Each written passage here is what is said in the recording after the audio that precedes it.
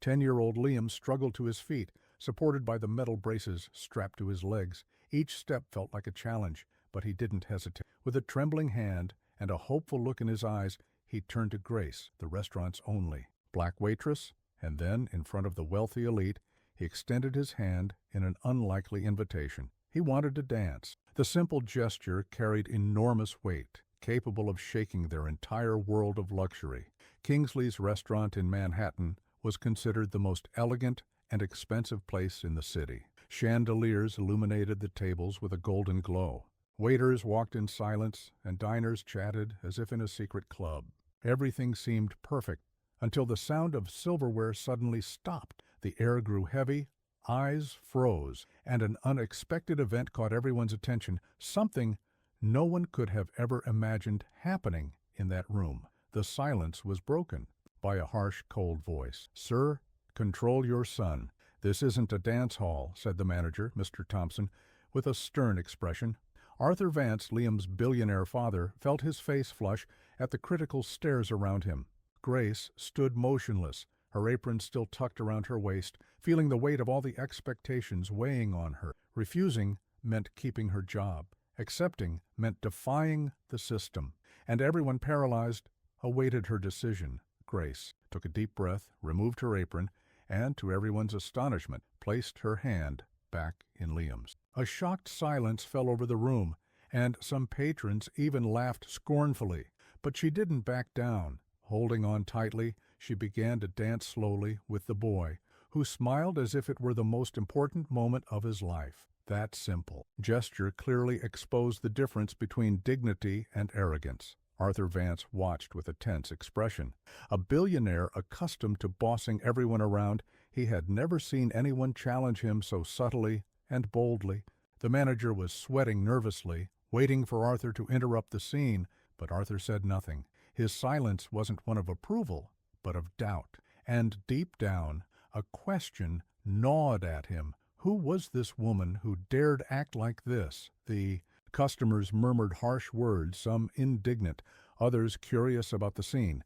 Grace, however, didn't care. Every step she took beside Liam showed that neither money nor power could erase a boy's genuine desire to be treated humanely. That dance, in seconds, became a public lesson, but it would also be the beginning of a tension that would forever change the fate of everyone involved. When the song ended, the room erupted in comments. Some predicted Grace would be fired immediately, others predicted Arthur would sue her for disrespect. But the unexpected happened. Arthur stood up, walked over to her, and, without raising his voice, asked her to come to his office the next day. The shock was immediate. Why would he do that? If he was so angry, why didn't he fire her in front of everyone? Grace's mind raced with 1,000 questions. Was a trap being set? Was Arthur trying to humiliate her privately? Or was there something she didn't know? As she put away her apron, Grace felt the heavy gazes on her, as if she were guilty for agreeing to dance with Liam. Yet, deep down, she knew that choice had been the right one of her life. Doubt lingered in the air, like a flame no one could extinguish. What was Arthur Vance's true intention? Why did a billionaire who could have destroyed a waitress's life with a single word choose to take her to his office? The question that echoed was clear. That simple gesture of dignity had opened an unexpected door. What lay behind it? The next morning, Grace arrived at Vance Tower, the skyscraper that dominated the heart of Manhattan. The glass building reflected the sky like a mirror, intimidating everyone who passed by. As she entered, she felt the suspicious glances of the receptionists accustomed to dealing only with businessmen and politicians. She took a deep breath and announced her name. Grace Miller, to see Mr. Vance. The receptionist's silence revealed this was unusual. Arthur's secretary, Ms. Davis, greeted her with a cold, almost mocking smile. "He had you fired, didn't he? It happens. Powerful clients call, and people like you lose their jobs." Grace stared at her firmly, but didn't answer immediately. "People like me?" she asked, feeling the weight of her words. "Yes," the secretary replied. "Employees who don't know their place." The air grew even heavier in the luxurious hallway when the office door opened. Grace entered and found Arthur standing silently, staring out the window at the city below. He seemed to survey Manhattan as if it were private property, something he owned entirely. He didn't immediately turn to her. The silence was calculated, a weapon used to make anyone uncomfortable. Grace, however, stood her ground, even though her heartbeat quickened with each passing second. Finally, Arthur broke the silence. "Do you know who I am, Miss Miller?" The question sounded more like a threat than a question. Grace replied calmly, a powerful man who didn't expect anyone to have the courage to contradict him in public. Arthur turned slowly, staring at her with cold eyes. The tension between them was like a taut rope, about to snap. But Arthur wasn't just furious. There was something curious in his gaze. Then he revealed what would completely change the situation. "I've researched you, Grace. I know your community project, Freedom Steps. I know it's about to close due to lack of funding." The words fell like a weight on her.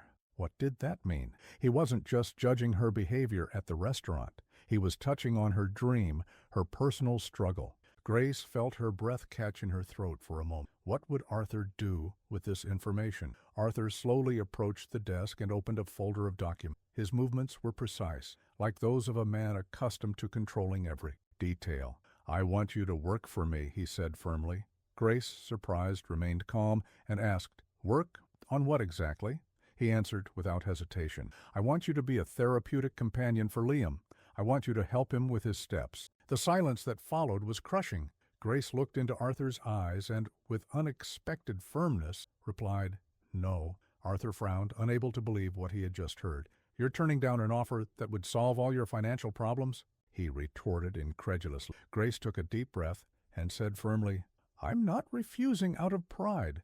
I'm refusing out of dignity." The room seemed to tremble at those words. Arthur, who always expected immediate obedience, found himself faced with a resistance he couldn't buy. Grace continued, "Liam's problem isn't physical, it's emotional. Money can buy medicine and devices, but it can't buy courage. And what I saw in the restaurant was a boy wanting to be free, not a boy trapped by golden expectations." The billionaire fell silent, struck by the clarity of her words. She then used a metaphor that shattered his defenses. "Liam's limitations are nothing compared to the invisible cages the people around him build.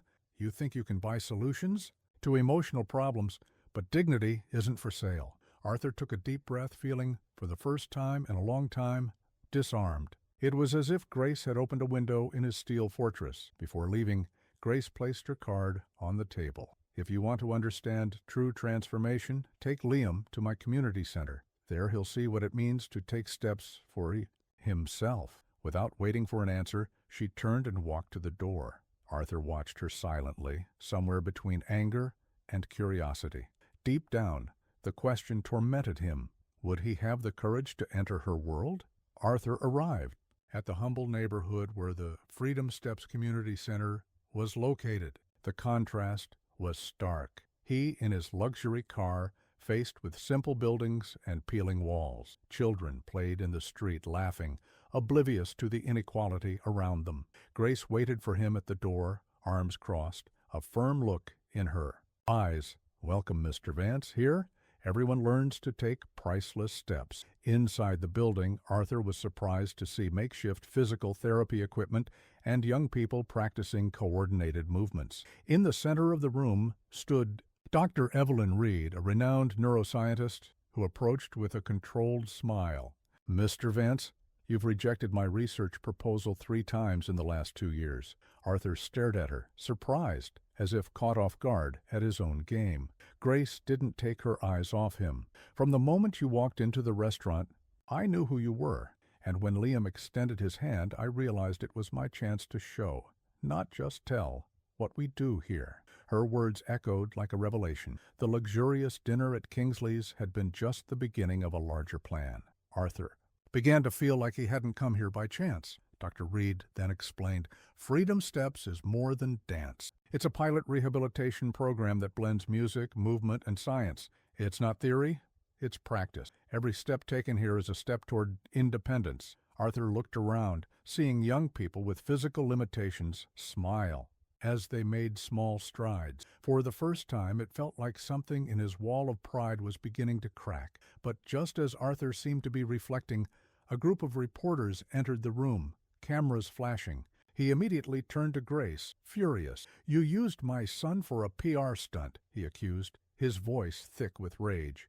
The mood shifted from hope to absolute tension. The entire room held its breath. Arthur felt surrounded, unsure if he had been manipulated from start to finish. The buzz of reporters echoed off the walls of the community center, flashbulbs illuminating every corner of the room. Arthur, overcome with rage, accused Grace of manipulation. But before she could respond, an unexpected scene silenced everyone. In the middle of the room, Liam, the shy, frail boy from the restaurant, began fiddling with the metal braces that bound his legs. His eyes shone with courage. With visible effort, he released one of the locks and took a deep breath. Cameras turned on him. The silence was so intense that only the boy's breathing could be heard. And then, in front of everyone, Liam took a step. A single full step without full support that seemed greater than any fortune in the room. The room erupted in murmurs of astonishment and quiet tears. Arthur, transfixed, watched his son as he had never seen him before. It wasn't just a physical movement. It was a cry for freedom. Grace, overcome with emotion, knelt beside him and said, "We don't seek perfect steps, Liam. We seek first steps taken with courage." The boy smiled, and in that smile was more power than all the buildings in Manhattan combined. Cameras recorded every detail. Reporters were already murmuring about the revolution this method could bring. Arthur, however, felt the weight of an impossible choice. His pride told him to leave, but his heart screamed that he was facing something greater than himself. For the first time in years, he was not in control of the situation. He was facing a power no amount of money could buy. Tension reached a fever pitch. Everyone looked at Arthur, waiting for his reaction. He took a deep breath, his face split between anger and emotion. Grace watched him silently, unpressured, simply letting the truth speak for itself. Liam, still standing, seemed to plead silently, "Look, Dad, I can do it." And Arthur realized he was in uncharted territory, where neither his fortune nor his influence would determine his next move. Arthur could feel his heart racing as flashbulbs illuminated his face. Never in his life had anyone pinned him against the wall like that. The reporters waited for his reaction. Grace watched silently, and Liam, still standing, trembled but wouldn't give up. The billionaire, accustomed to controlling everything, realized that for the first time he was powerless. The weight of the choice crushed him. He tried to speak, but his voice faltered. "You used my son." The words sounded weak, lacking their usual authority. Grace stepped closer and said calmly, "No, Mr. Vance, it was Liam who showed us the truth. You don't have to believe me. You just have to believe him." The audience in the room held its breath. Arthur no longer knew whether to fight Grace or himself. Liam then looked up at his father. "You always said money buys everything, but this, it can't be bought." The boy struggled to take another step and nearly fell.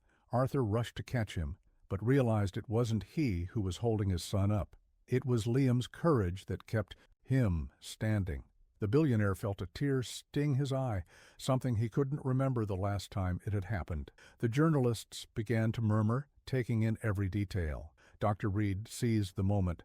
"Mr. Vance, this is the power of freedom. Steps. It's not theory, it's not spectacle. It's science, it's dignity. Your son isn't a project. He's living proof."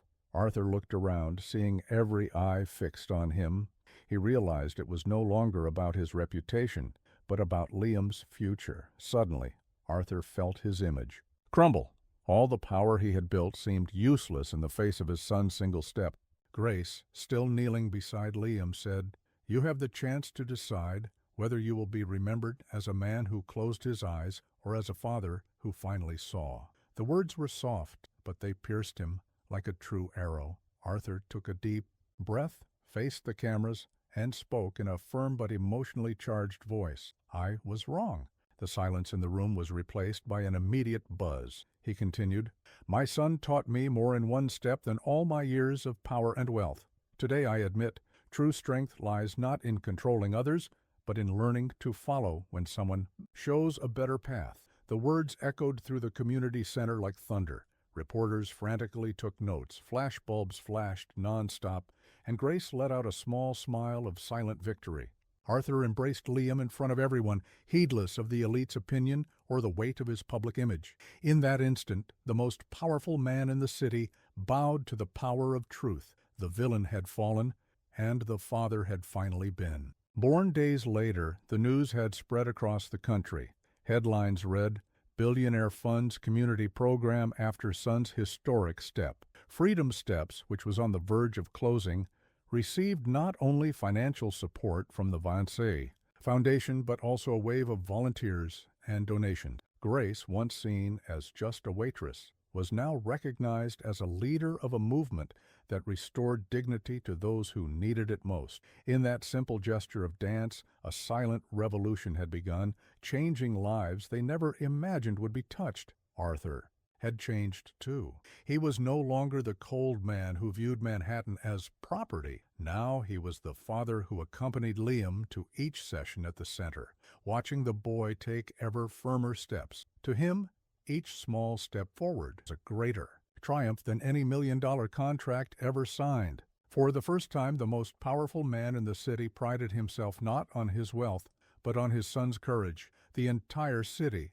began to see him in a different light, no longer as an untouchable billionaire, but as an example that even the toughest can learn to transform themselves. In closing, Arthur spoke on camera, his voice firm but charged with emotion. True leaders are not those who believe they already have all the answers, but those who have the courage to follow when someone shows them a better way. Grace, next to Liam, smiled. The audience applauded, not just them, but the message. If this story touched your heart, subscribe to our channel, because the greatest revolutions begin when someone takes a courageous first step and another has the wisdom to follow.